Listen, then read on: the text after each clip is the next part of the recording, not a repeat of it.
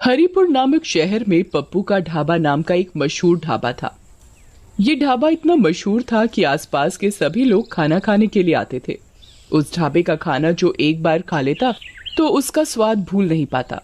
अगर कोई भी उस गांव में किसी भी काम से आता तो उस ढाबे का खाना खाए बगैर नहीं जाता।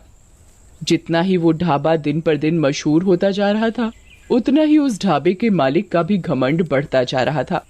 अगर ढाबे का खाना बच जाता तो उसे उस खाने को फेंकना मंजूर था, लेकिन किसी जानवर या भूखे भिखारी को मुफ्त में देना मंजूर नहीं था। एक दिन की बात है, एक भिखारी उस ढाबे के पास से जा रहा था। वो काफी भूखा था। उसने बहुत दिनों से कुछ नहीं खाया था, तो वो ढाबे के मालिक के पास गया।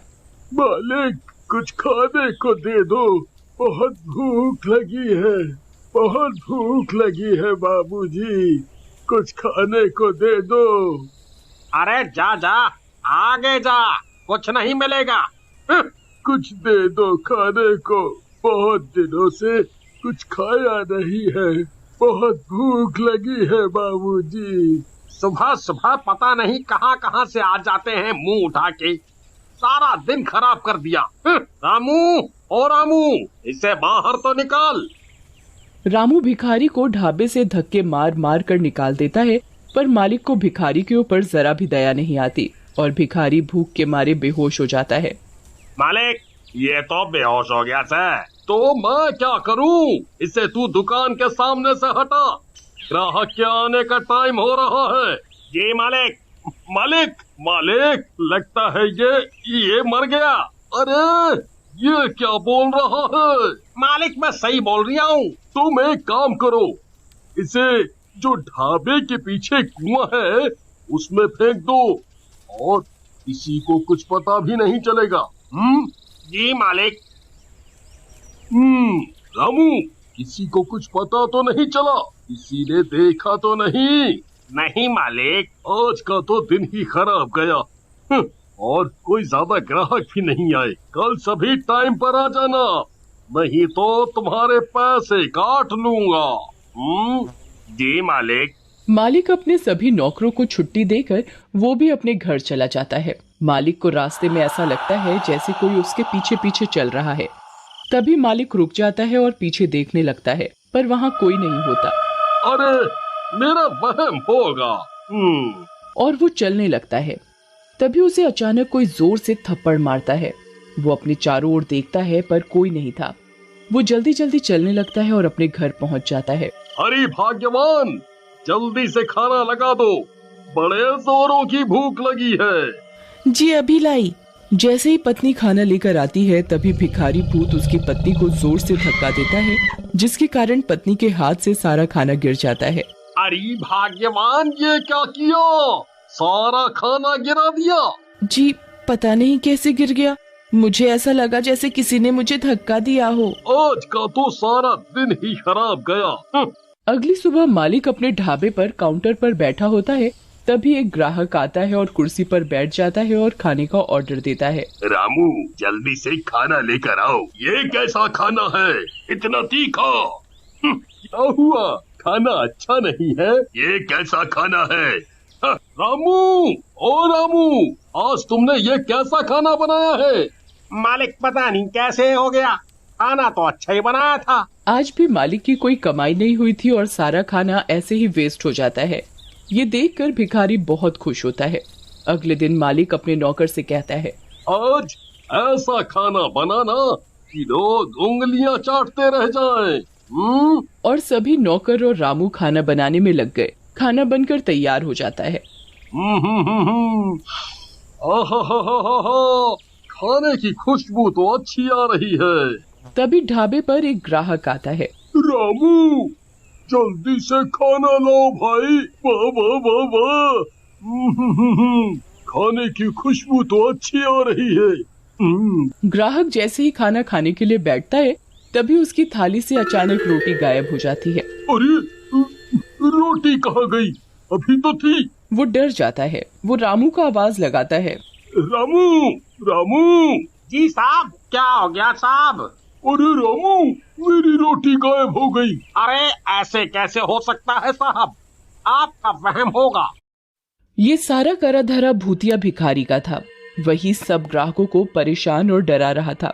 ग्राहक डर के मारे भाग जाता है। ढाबे के मालिक को समझ नहीं आ रहा था कि आखिर चक्कर क्या है। ऐसा रोज का काम हो गया और दिन पर दिन ढाबे के मालिक की कमाई कम होने लगी। एक दिन की बात है, शहर से कुछ लोग गांव की तरफ जा रहे थे। उन्हें पप्पू का ढाबा दिखाई दिया। उन्होंने उस ढाबे का नाम काफी सुन रखा था, तो वो ढाबे पर खाना खाने के लिए रुक गए और वो खाने का ऑर्डर करते हैं। रामू खाना लेकर आता है तो वो खाना खाने बैठते हैं तो उनकी शाही पनीर की सब्जी चिकन की सब्जी में बदल जाती है, जिसे देख वो घबरा जाता है। वो जैसे पीने के लिए पानी का ग्लास उठाते हैं तो भूतिया भिखारी सारा पानी उनके सिर पर डाल देता है और वो जोर जोर से चिल्लाने लगता है, भूत भूत भूत, अरे इस ढाबे पर तो भूत है। और वो वहां से भाग जाता है। देखते ही देखते ढाबे पर रोज अजीबोगरीब घटनाएं होने लगी। लोग उस ढाबे को अब भूतिया ढाबे के नाम से जानने लगे। एक दिन रात को ढाबे का मालिक जब ढाबे के गल्ले से पैसे निकालने के लिए गल्ला खोलता है तो वो देखता है कि इसमें तो एक भी पैसा नहीं है और पैसे की जगह मालिक को उस भिखारी का सर दिखाई देता है। भूत भूत, अरे ये तो वही भिखारी का सर है जिसे मैंने कुएं में फेंकवा दिया था। फिर ये इधर आया तो आया कैसे? मालिक की आवाज सुनकर ढाबे के सारे लोग मालिक के पास एकत्रित हो जाते हैं। क्या हुआ भाई साहब, आप इतना घबराए हुए क्यों हैं? ये देखो, हमारे गल्ले में भूत है। यहाँ उस भिखारी की खोपड़ी रखी है और उधर से पैसे गायब हैं। ये सुन सारे लोग बहुत घबरा जाते हैं। अरे भाई साहब, ऐसा कैसे हो सकता है? जाओ, तुम एक बार गल्ला खोल के देख लो, तुम्हें वहाँ एक खोपड़ी मिलेगी। वो एक भूत है, भूत। वो आदमी मालिक की बात सुनकर ढाबे का गल्ला खोलता है, पर वहाँ ना तो कोई खोपड़ी होती है और साथ ही उधर उसके पैसे रखे होते हैं। अरे क्या भाई साहब, लगता है आपकी तबीयत ठीक नहीं है। आपने नींद में कोई सपना देख लिया है। आपको आराम करने की आवश्यकता है। अरे नहीं भैया, मैंने यहाँ सच में एक खोपड़ी देखी थी। मैं बिल्कुल सच बोल रहा हूँ। मालिक अपनी बात सबको मनवाने की कोशिश करता है, पर कोई उसकी बात नहीं सुनता और ना ही विश्वास करता है। तभी रामू मालिक के पास आता है। मालिक, मुझे ऐसा लगता है कि ये सब वो भूखा भिखारी कर रहा है जिसे आपने कुएं में फेंकवाया था। वही उसके भूखे होने की वजह से उसकी मौत हो गई थी और इसी वजह से उसकी आत्मा हमारे ढाबे में भटक रही है और आपको दिन रात परेशान कर रही है। रामू, मुझे भी यही लग रहा है। तुम सही बोल रहे हो, पर अब इस बात का क्या इलाज है? तुम मुझे ये बताओ।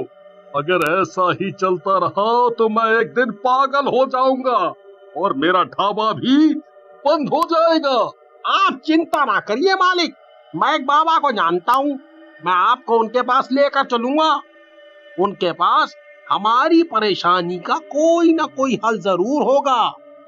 ऐसा मेरा उनके ऊपर विश्वास है। मैंने उनका काफी नाम भी सुना है। वो सबकी परेशानी दूर कर देते हैं अपनी पूजा पाठ से। रामू और उसका मालिक अगले ही दिन बाबा के पास जाते हैं। वो बाबा को उधर जाकर सारी बात सच सच बताते हैं। ये तुमने क्या किया? तुमने एक भूखे भिखारी की जान ले ली। उसकी आत्मा भूख की वजह से ही तुम्हारे ढाबे में भटक रही है और तुम्हें परेशान कर रही है। बाबा जी, हमारी मदद करो, हमसे गलती हो गई। हम कभी नहीं करेंगे आगे से ऐसा। हमें माफ कर दो बाबा। बाबा अपनी शक्ति से उस भिखारी की आत्मा को बुलाता है। मुझे किसी ने परेशान किया तो मैं सबको मार डालूंगा।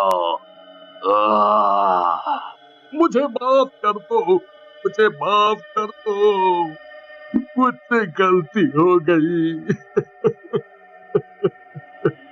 मैं आगे से कभी किसी भी भिखारी को भूखा नहीं जाने दूंगा, नहीं जाने दूंगा।